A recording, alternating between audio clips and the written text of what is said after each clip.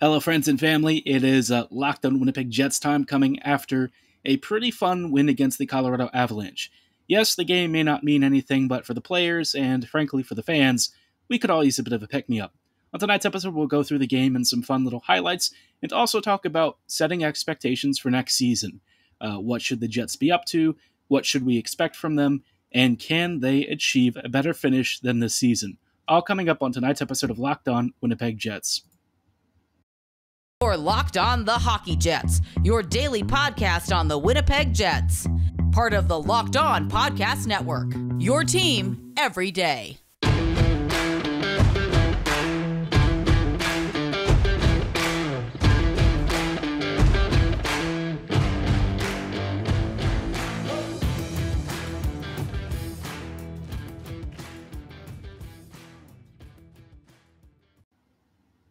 Hello, Jets fans. Welcome to Locked on Winnipeg Jets. I am your host, Harrison Lee, an avid Winnipeg Jets fan and an online blogger. You can follow me on Twitter at HLivingLoco and at LO_Winnipeg Jets. Thank you for choosing to make Locked on Jets your first listen of the day every day. If you like what you're hearing, be sure to like, follow, and subscribe on your favorite podcasting platform of choice, including Apple, Spotify, Google, Megaphone, Odyssey, and as you can see from this footage, YouTube. We're available on all your favorite podcasting platforms, so don't hesitate to drop a nice little subscription. You know, it keeps you up to date on the latest and greatest in Winnipeg Jets news, and also we just really love and appreciate your support. Before we get started with tonight's episode, just wanted to say a big thank you and shout out to the wonderful folks of BetOnline. They are covering you this season with more props, odds, and lines than ever before. BetOnline, it's where the game starts. You'll get to hear more about BetOnline later this episode, so stay tuned to hear about some of the awesome betting opportunities that you as Jets fans and just general hockey fans can check out with betonline.net. Now, on tonight's episode, I thought there would be a couple of fun topics to discuss. Obviously, the season is kind of over for the Jets, but that doesn't mean that the games are necessarily stopping. Winnipeg has, maybe 3 or 4 after this. The season's definitely, winding down. The Jets are just about through with their schedule. I think they have maybe one extra game just because of the postponement about a week or so ago against the Seattle Kraken. So, yeah, I think we all know the season didn't exactly go to plan. I've talked about it on previous episodes, so you can get my thoughts, at least from that perspective, on previous episodes. But starting us off tonight, I wanted to talk about the game against the Avs and what to read into it. The first thing is don't read into it too much. I think that's probably pretty important to say just because, you look at the scoreline, you'll see that the Jets dominated in almost every category, and you'll be like, wow, the Jets are back. They took down the team that is one of the true favorites for the Stanley Cup. And while, yes, it is fun to be optimistic and everything, obviously this is not a game result that really means a lot in the grand scheme of things, especially whether you're talking about the playoff race for the Jets or just in general. The first main takeaway is that Colorado didn't really press for most of the game. The Avs are just trying to get to the postseason and avoid any serious injuries. They're already, qualified. They're clinched. They are looking for maybe a few extra standings points to try and go for the President's Trophy, but this is not a team that is looking to take too many risks. Colorado sort of knows where it's at, knows that it only has 4 games left on its schedule, and I forget if that includes the one against Winnipeg. So, regardless of how many are left, they just know the end is in sight, and then the real race, for the Cup ends up happening in just a couple of weeks. So I think you could tell Colorado wasn't pushing 100%. I think that they maybe gave the Jets a little more room. They weren't as aggressive. And sure, they did clock the Jets a few times and caught a couple of guys, but it wasn't like the Avs were pressing super hard. So, yeah, don't get too excited. I think that there is a measure of understanding that the Jets probably, more than the Avs, were looking for some kind of a result. Winnipeg recently hasn't won very many games. And even in some of the games where the Jets have been, you might say, competent, they really weren't scoring any goals. So this was a chance to just kind of, I guess, let your hair down, have a little bit of fun. And I think the Jets gave us that in a pretty good performance. There were some standout performances that I'll talk about a little bit later in this episode. Some guys that I think are maybe on the right track to becoming regulars with this team, or maybe should be considered for different kinds of lineup roles. But first, we'll talk about some of the issues that I saw, because there weren't very many, but there were like one or two that I think are probably worth mentioning.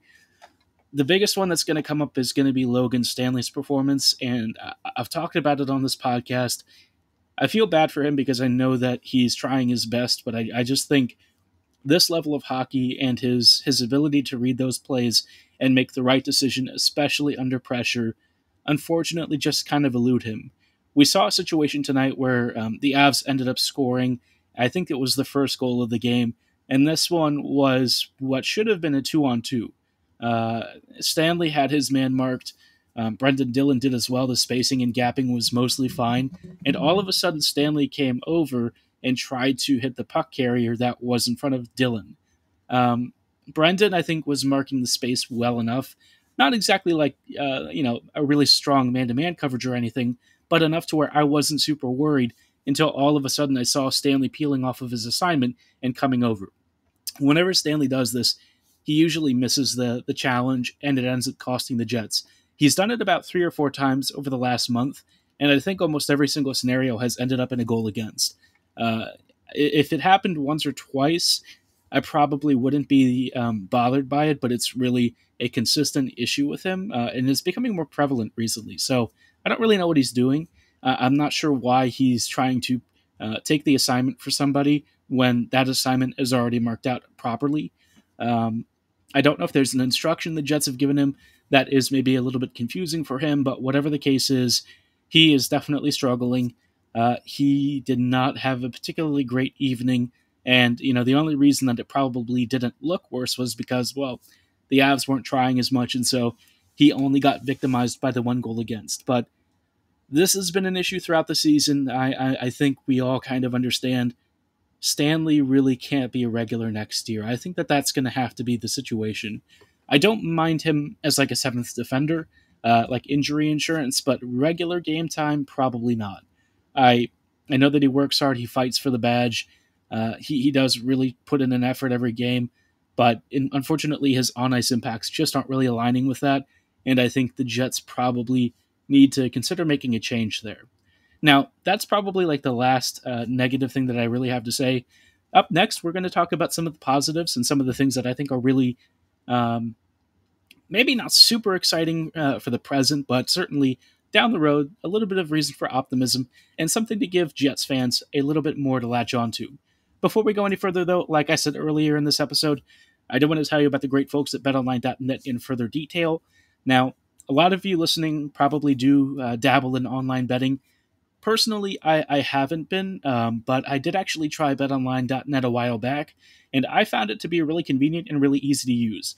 I know nothing about betting, I'll be honest, but BetOnline couldn't make it easier for a complete noob like me to get even an account set up, my first bets placed, and to have a little bit of fun messing around with some of the sporting lines. So, BetOnline, I think you're probably imagining this place that's just nothing but sports gambling, and you're tracking all the information, and you have to do all this manual data logging, but that's where you'd be wrong.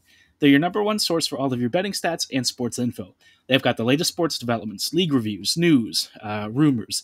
They've even got basketball playoff brackets, and they're covering all of the latest MLB action as the season begins. They continue to be your number one source for all of your sport wagering information, from live betting, playoffs, esports, and more. Getting started couldn't be easier, so go to betonline.net to register for a free account, and be sure to check out all of the greatest trends and action happening in your favorite sport right now. BetOnline.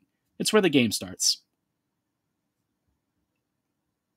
Hello, friends, and welcome back to this episode of Locked On Winnipeg Jets. We are talking about the Jets against the Avs, a game that really doesn't mean anything in the grand scheme of things for the standings, but certainly, if you're looking for some excitement, at least a little bit of a reprieve from the recent poor performances, that's all you were asking for, and I think the Jets gave it to us.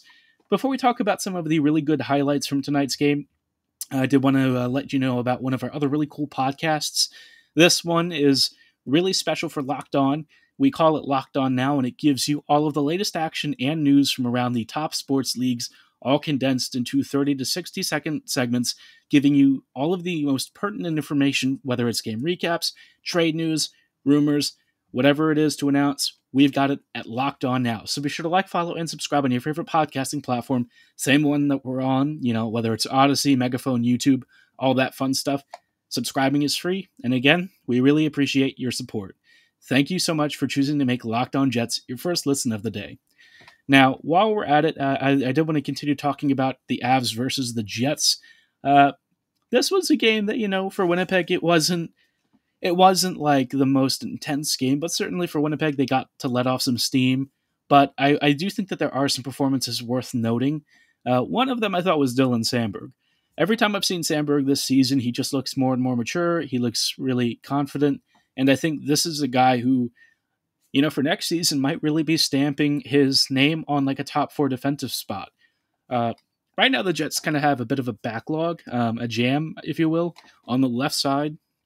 Of course, they brought in a number of left-handed D to try and solve Winnipeg's overall issues, which didn't really work, unfortunately. The coaching staff didn't really make the most, of the new additions, and I think the rest of the team in general just had too many issues for where Schmidt and Dylan would really be able to have a major impact. So, yeah.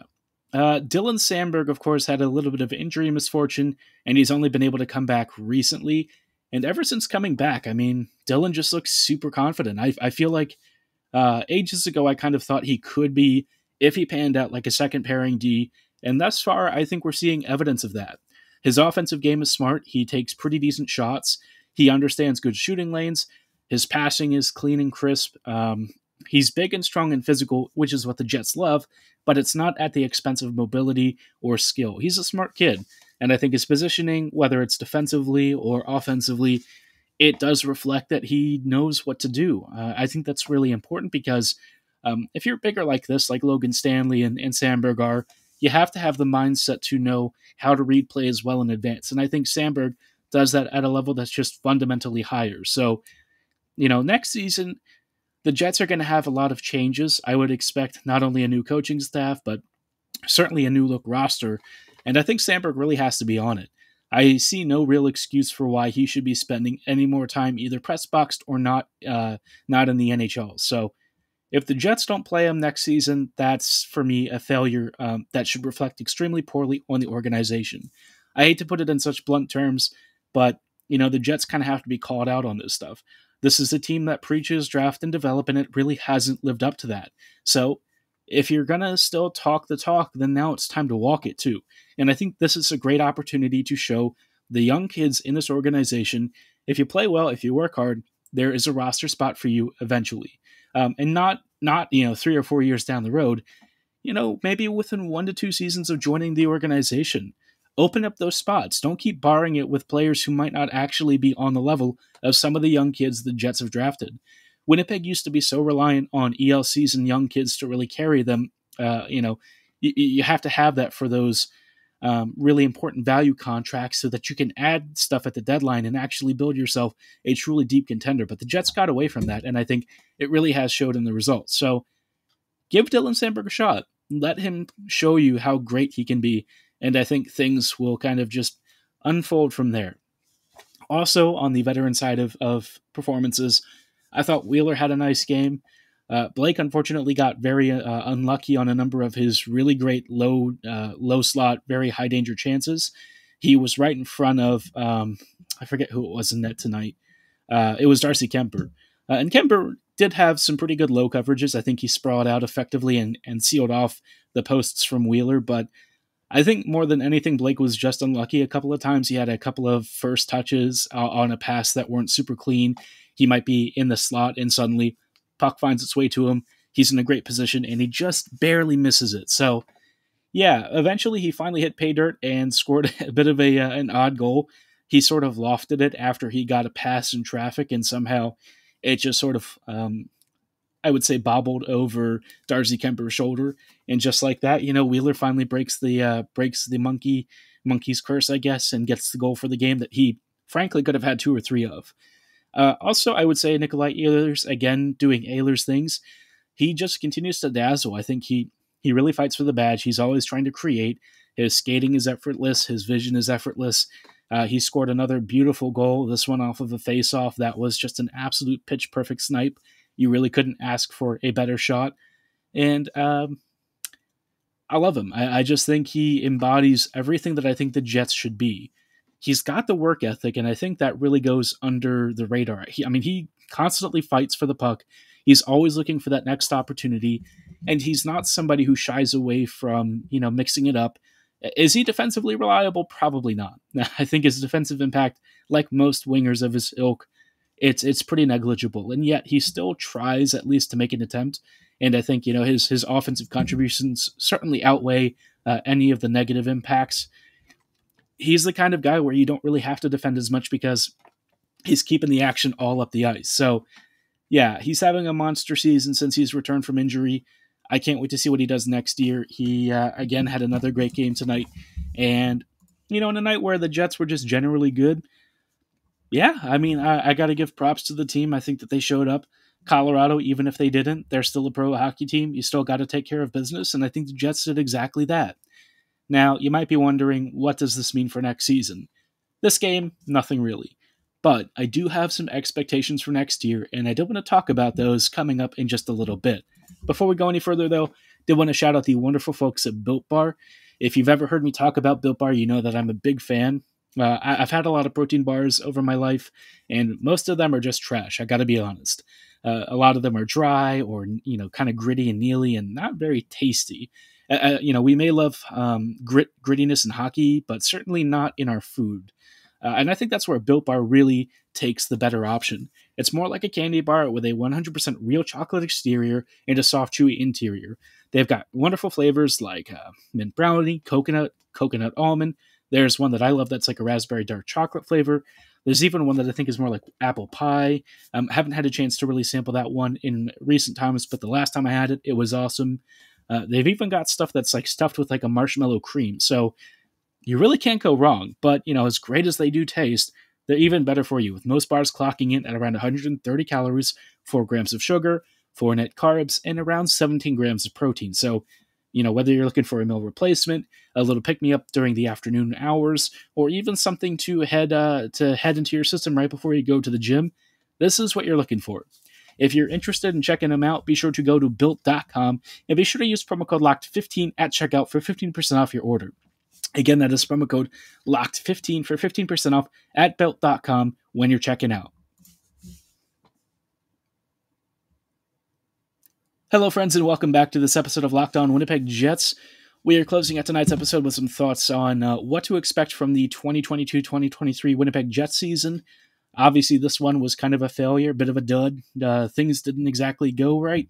And I think we're going to be seeing some major changes coming up in the next season. But are they going to be good changes? That's the biggest question with this team. And I don't know. I really wish I did. This is probably one of the most uncertain periods in recent Jets history. We don't have a coach. We may not have a general manager after this offseason is over. And I just get the sense that things are going to be looking real different when we roll into next season. I don't know who the Jets want as a coaching replacement. I would prefer that it's not Alain Vigneault. Vigneault doesn't really seem like he'd fit here, and I think that is a name that apparently has been occasionally linked to the Jets, but I wouldn't really be interested in that option. If Bruce Boudreau becomes available, I would very much be interested in seeing what Bruce can do for the Jets. But yeah, the coaching staff just really needs a refresher, and the same can be said with the assistants. I think, guys like Charlie Huddy haven't really gotten the job done for this team, and I know that the team definitely has loyalty to a lot of their employees, but the hockey, the world of hockey is a results-driven business, and I think the Jets haven't gotten those. So start thinking about making some changes and getting this team back on track, because there is a bright team here. You can see it in flashes.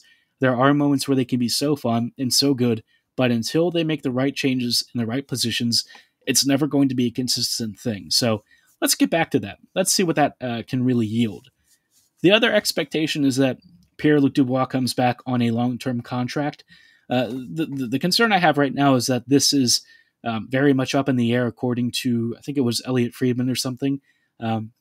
Whoever was bringing this up on, I think it was 31 Thoughts, This can't be a situation that's left to hang. I would expect Dubois to sign long-term on a reasonable deal, but if he wants to, test the free agent market, get away from this team and start over, he would be a major trade chip, I guess. It would be, for me, very disappointing because Winnipeg finally solved its, really the first line center issue. I know that he has kind of declined over the past couple of weeks, maybe even the last month or two, but, PLD at his best, he is one of the top attacking forwards out there, and for the Jets, he was, for the most part, a monster this year. So give him the weapons he can use to really show off his true skill. Make sure that you get him locked up long term, and make sure that it's with the Jets. I think Winnipeg would be doing itself a real disservice if it let him walk in the offseason. But obviously, there's only so much control that they have over this. Let's hope that it's in Winnipeg's favor once the negotiations come around and Dubois is ready to start talking a longer-term stay. Aside from that, the third thing that I think I might expect is an overhauled defense. I think the blue line has been ailing for a while. Schmidt and Dylan didn't really solve the biggest absences. Schmidt can actually be pretty decent when he's at his best. Dylan hasn't really fit in as nicely, and so I would expect Dylan to probably be gone in the offseason. Samberg definitely needs that spot, and I would also be very much asking for Ville Heinola to make a more regular appearance. The fact that this is still a talking point even now is crazy to me. I know that Heinola is small, and a lot of people think, well, that must mean he's defensively deficient. That's not really the case. He's defensively deficient because he's just not really defensively resolute. That's not his game. He's defense through puck movement and zone exits. If you're looking for a guy who can transition the puck up the ice very quickly, that is exactly what you're getting with him. I think among the skaters on the back end who can pass the best and skate the puck out of trouble the best, Heinola, for me, continues to be that guy, and I think offensively, he's got the skill sets and chops to really be an anchor on the power play at even strength and also just give us so much more fluidity to the movement of this team. The forwards right now don't have a lot of support from the back end, so if they want to solve that and finally get somebody who can actually give them that movement, Heinola, man. Ville Heinola's got all of the tool sets. He scored a goal just now for the Moose. Why are we not using the youth? I think that's the biggest question. So hopefully next year the Jets change that, give us a little bit more of the fun stuff of what we're asking for, because as it is right now, we can't really afford to be seeing this happening again. But I've ranted about this a lot, so I'm going to cut off my thoughts there. You know how I feel about this. I'm sure you probably, to some degree, feel the same way. If you don't, be sure to let me know at HLivingLoco and at LO_Winnipeg Jets. Tell me why I'm wrong, why you think the Jets might be on the right path, or if you agree with me, what do you see as commonality and what do you want the Jets to do this coming offseason? For tonight's episode, though, that is going to be all the time that we have. Thank you so much for choosing to make Locked On Jets your first listen of the day, every day. While you're at it, be sure to check out our Locked On NHL program. They've got all of the latest NHL action featuring real analysis from some of our local experts from all across the NHL, sometimes including myself. And, it's just like the Locked On Jets show. You can find it and subscribe on your favorite podcasting platform of choice. It's super free. We love and appreciate your support. And again, it'll keep you up to date on the latest hockey action happening in your neck of the woods. For tonight's episode, though, thank you so much for listening. Have a great night, and go Jets go.